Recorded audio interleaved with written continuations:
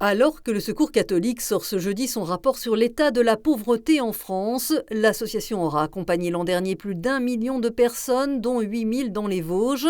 Son espace solidaire à Épinal avec son épicerie est un lieu essentiel qui permet à une cinquantaine de familles chaque semaine de faire des achats à 10% du prix du marché. Ça m'aide bien, vu que je touche que le RSA. J'ai une petite fille, du coup, heureusement qu'il y a ça pour m'aider, ouais.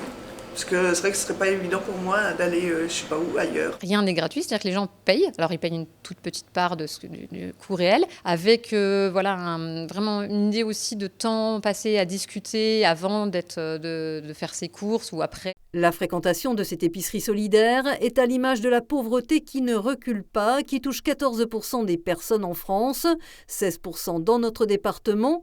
L'INSEE fixe un seuil de pauvreté subjectif à 1 216 € pour une personne seule, soit 60% du niveau de vie médian, à 2 554 € pour un couple avec 2 enfants.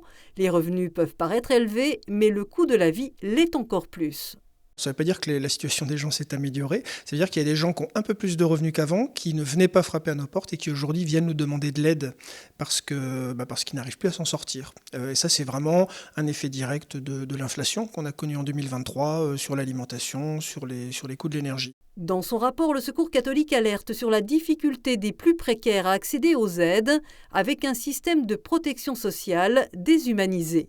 Effectivement, il y a la complexification des démarches administratives et notamment la dématérialisation qui est quand même rédhibitoire pour plein de gens.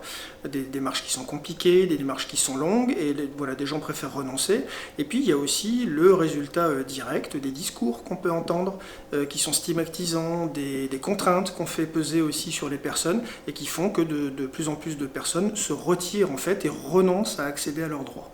Si la solidarité institutionnelle s'éloigne, le Secours catholique en appelle à la générosité populaire.